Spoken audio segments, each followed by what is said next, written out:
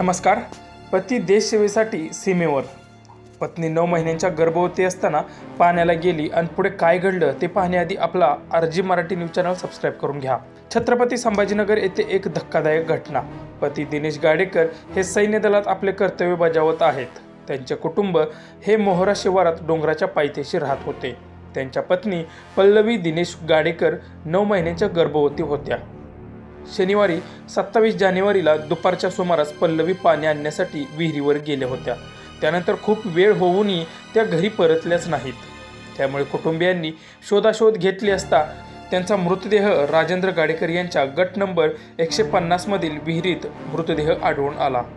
दरम्यान पल्लवी यांच्या मृत्यूची वार्ता गावात वाऱ्यासारखी पसरली. घटनेची माहिती मिळताच गावकऱ्यांनी तातडीने घटनास्थळी धाव घेत पल्लवी यांचा मृतदेह विहिरीबाहेर काढला. त्यांना रुग्णालयात दाखल केले असता डॉक्टरांनी त्यांना मृत घोषित केले. या प्रकरणी पिशोर पोलीस ठाण्यात आकस्मिक मृत्यूची नोंद करण्यात आली आहे.